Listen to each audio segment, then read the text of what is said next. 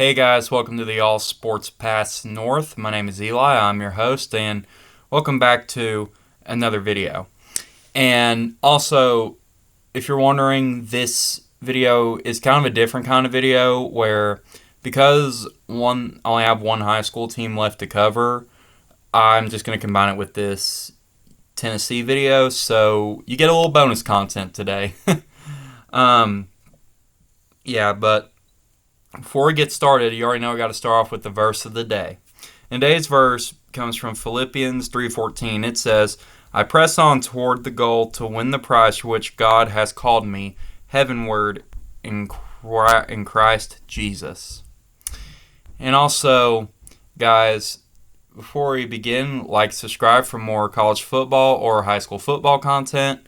And without further ado, let's begin. So I decided to do Tennessee first because, of course, it's my week to cover the Vols. If y'all don't know, me and All Sports Pass Podcast West. We split the coverage. So I cover the odd number games. He covers the even, and this is actually the last Vols game of the season that I have confirmed for football.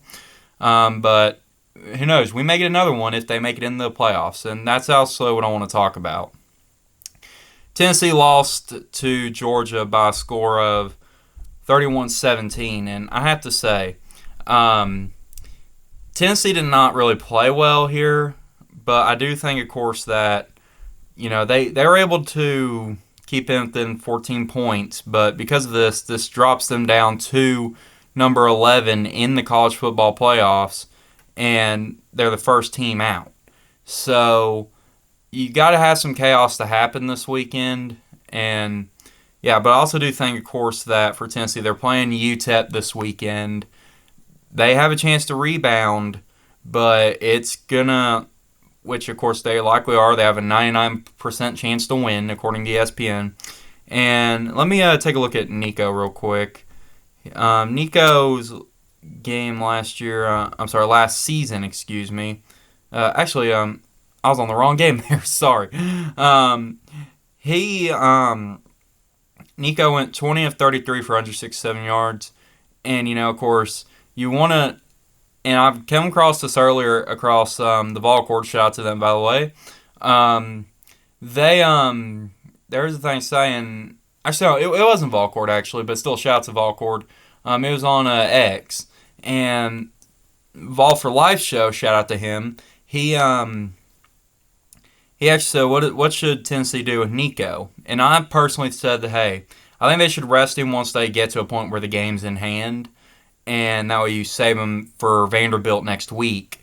But I do think, of course, that for Nico, I think you also have to try to see what Sampson can do, and I also think you should try to rest Sampson a little bit because, hey, you got to keep number 6 healthy if you're going to get by, You say Vanderbilt's been surprising a lot of people this season, of course, with their upset against Alabama. They beat Kentucky. They beat Auburn, which Auburn obviously isn't really that as strong as previous years. But for Vandy, however, Tennessee does not want to be next on the upset list. So, yeah. Now, I do think, of course, if you also want to make it in the college football playoffs, you got to put up some big numbers along with, of course, like I said earlier, having some of that chaos happen. And I do think that, of course, Tennessee will be able to get that done. And now the question is, how do you prepare for Vanderbilt? And I'm not going to cover it because, of course, I have the odd number games. So Wes is going to cover it, which I'll put down in the description. But the question is, how do you get past Vanderbilt? Like, now, you likely will get past Vanderbilt, but here's the thing. How do you get by them without, potentially getting upset? Without getting upset like Vanderbilt's done to 2 or 3 teams this year. Well, I just think, of course, that, that this is, of course, the UTEP game is, of course, a game where you can regroup, you can figure out what went wrong, and you can put up big numbers. But will those numbers be big enough for the College Football Playoff Committee?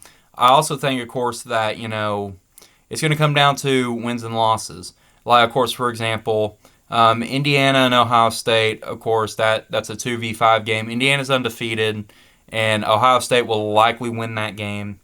And I think, that there's also some teams that could take a loss for Tennessee to make it in. Now, I still think Tennessee is in good shape, but I think if you put some big numbers against UTEP this weekend, which they like will because UTEP's 2-8. And actually, let's take a look at UTEP real quick. They they played Nebraska this season. They lost to an FCS team, Southern Utah, and then they lost Liberty, lost Colorado State, lost Sam Houston, lost Western Kentucky, and they beat FIU by a score of 30-21. Beat Louisiana Tech. I'm sorry, lost to Louisiana Tech by a score of 14-10. MTSU was a loss, 20-13. Kennesaw State was a 2 overtime win, which was 43-35. But I do think, of course, that for Tennessee, this is a team that you should beat pretty single handedly, but you still also need some help. So if I'm Tennessee, fans, I'm watching every other game, checking the score and everything. But here are also because like I say, now I don't know what on earth if Tennessee will be in the playoffs, which I think they likely will. I'm not going to try to jinx it, but I'm just going to say my thoughts this season. This season has been amazing. Not counting the Arkansas loss, Tennessee has significantly improved, and I can honestly say that in 2022, at this point, Tennessee. If I was in 2022 covering the South Carolina game, let me tell you this: Tennessee, no chance to playoffs because they lost to South Carolina, and that's when you only had 4 teams in the playoffs back then. But now with the 12-team playoff and you have that extra game now, then you have this extra game now because back then it was the second last game that they lost to South Carolina. And now you have this extra game. You have a chance to regroup. You can figure out what you're going to do against Vanderbilt, and you're going to try everything you can do to get in. Now, I also do think that, of course, like I said already a few times, you need to see which teams are losing. You need some ranked teams to lose. Of course, you also need some teams in the SEC to lose. But I also do think, of course, that one notable one that I'm going to mention is Ole Miss at Florida. Now, Ole Miss lost to Florida at home lost Kentucky at home. Ole Miss lost Kentucky at home by a field goal. But let me tell you this: Florida beat the absolute life out of Kentucky, and this game's being played in the swamp, so it should be interesting. And if Florida can do everything right, then they should be able to get by them. Now, Florida is out of contention for the playoffs pretty much. But there's also another loss for Ole Miss. They also lost to LSU. So, yeah, now, and also, I think that win against Georgia that they happened, basically, when that happened, if Ole Miss did not beat Georgia, their playoff hopes would have been gone. So, that's really what I think. But I also do think, of course, that Tennessee, and this is the last time I'm going to mention this, they're going to need a lot of help. Now, I also think that putting up big numbers can help. But I also think that, of course, having some ranked teams lose, and, of course, you're going to have a ranked team loss between Ohio State and Indiana. I also think that, of course, Ohio State, if they blow out Indiana, that's going to help Tennessee a bunch. But, however, we're just going to have to figure out what happens. We're just going to have to see what happens on Saturday because it's going to be a crazy week of college football. And, yeah. All right, that's going to be it for the Tennessee segment this week. And just before I end it, just in case they don't make it, I just want to say thank you all so much for supporting the Vols on the North Channel and the West Channel this year. It's just been fun covering it, and these games are fun to watch and everything.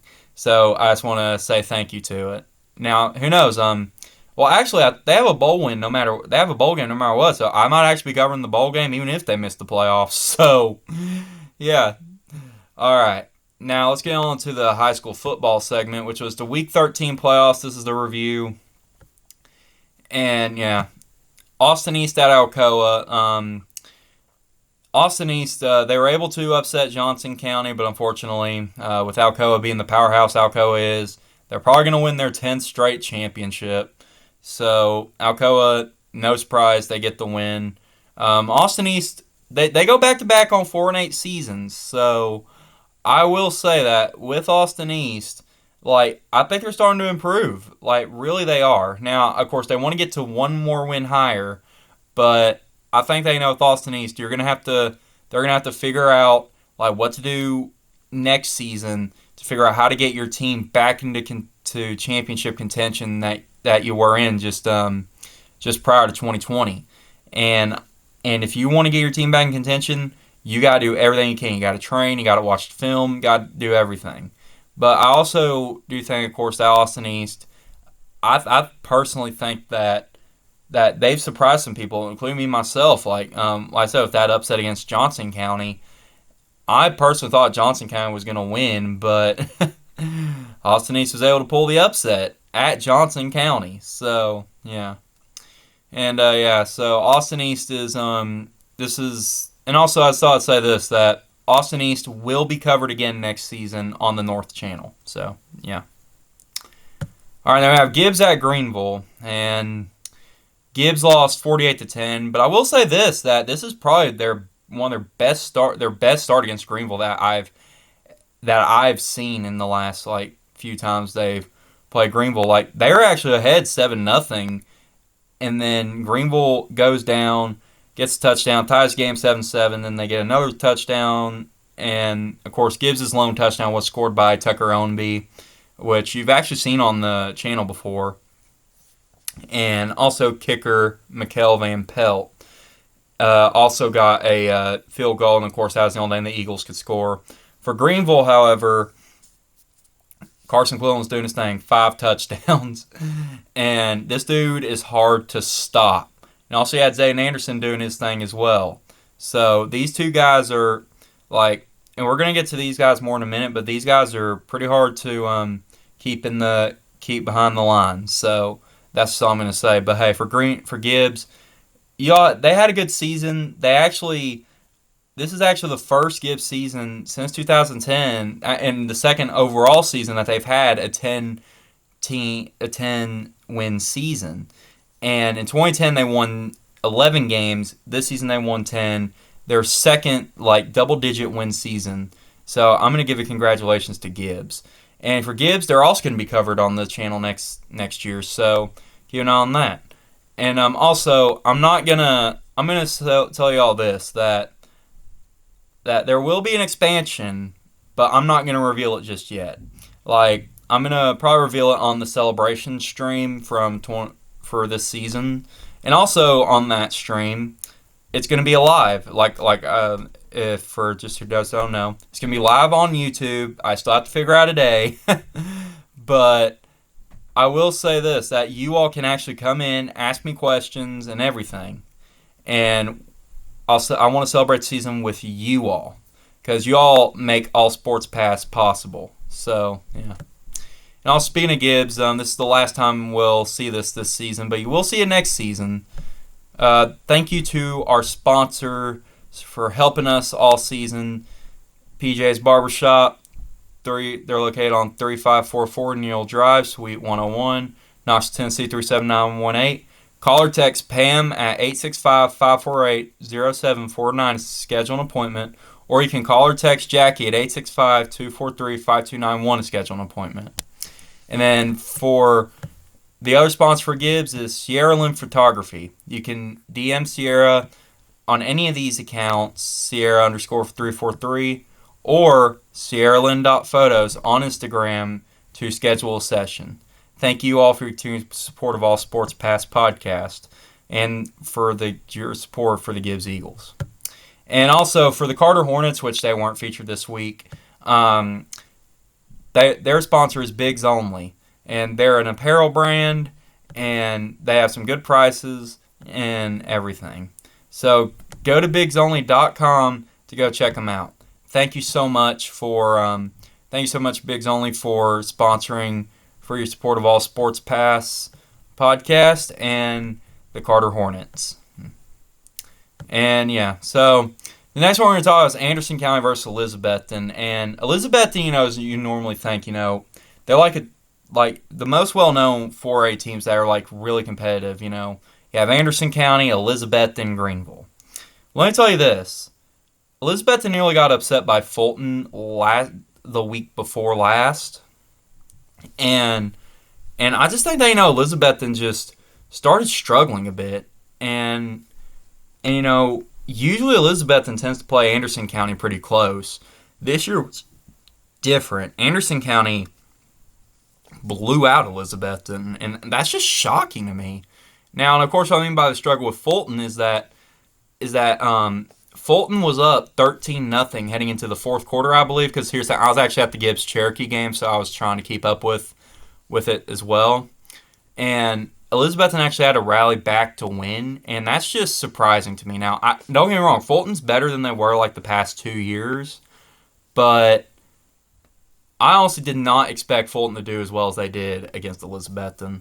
Because Elizabethton's a powerhouse, and Fulton lost that game 14-13, but still, I think Elizabethton, it's going to be interesting to see what they do next season to rebuild. And now I will say that this actually, I think that Elizabethton, because this is the last time you're going to see them on here this season, they probably have one of the coolest logos in Tennessee. Like, look at that Cyclone. Like, look at Tuffy, the Fighting Cyclone. He is, he's buffed up. He's going like a tornado. He is. You tell he's ticked off.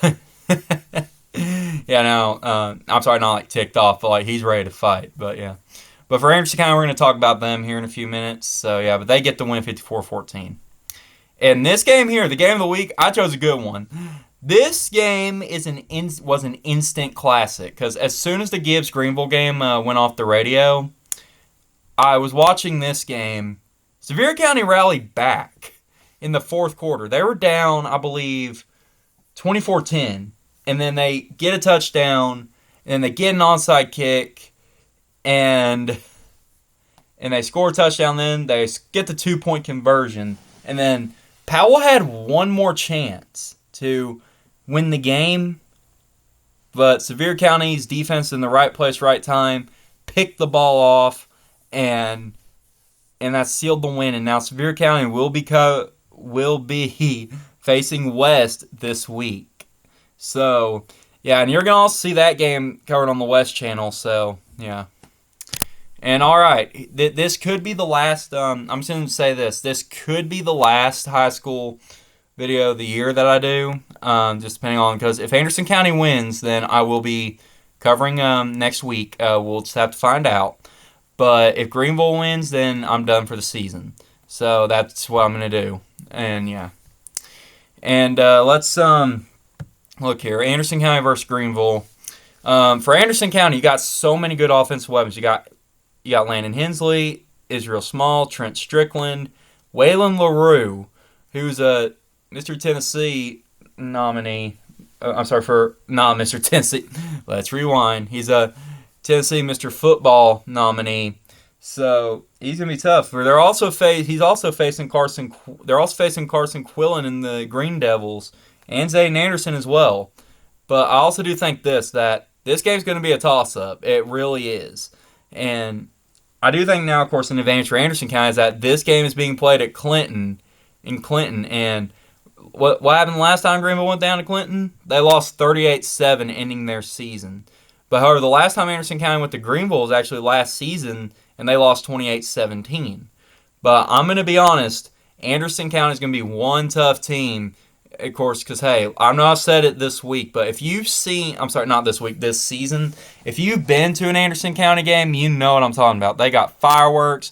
They got some diehard fans. They have a crazy entrance. They even have a dog going out there to recover the kicking tees. Shout out to Ella, by the way. And, yeah, so it's going to be crazy. But now for Greenville, however, I think Anderson County, like their defense is pretty strong. So of course they're gonna have to try to probably throw the ball a bit more. But I think for Anderson County, they're gonna have to try everything they can to stop Zayden Anderson, and they're gonna have to stop Carson Quillen. And that's what I think is gonna happen in this game. But at the end of the day, it's gonna be who wants it more. Who wants to move on to the semifinals? And we're gonna find that out tomorrow. And also, guys, yes, if you know what I'm saying this week, Sorry, it's been a long week. But anyway, I will say that this game is going to be a toss up, and yeah, so we're gonna figure out. So I'm gonna figure out how we're gonna do this, and I'm sorry, not how we're gonna do this. So I'm gonna figure out the video type we're gonna do this. Likely gonna be included on the post game for the for Tennessee. So that's just what I'm gonna say. Now it is gonna be interesting to see because these two are 1 and 2 in 4A. So we're gonna see what's gonna happen. And alright, that's all I got for y'all tonight. If y'all like this video, get a like, subscribe for more high school football content and more college football content. With that being said, peace out, God bless, and good night.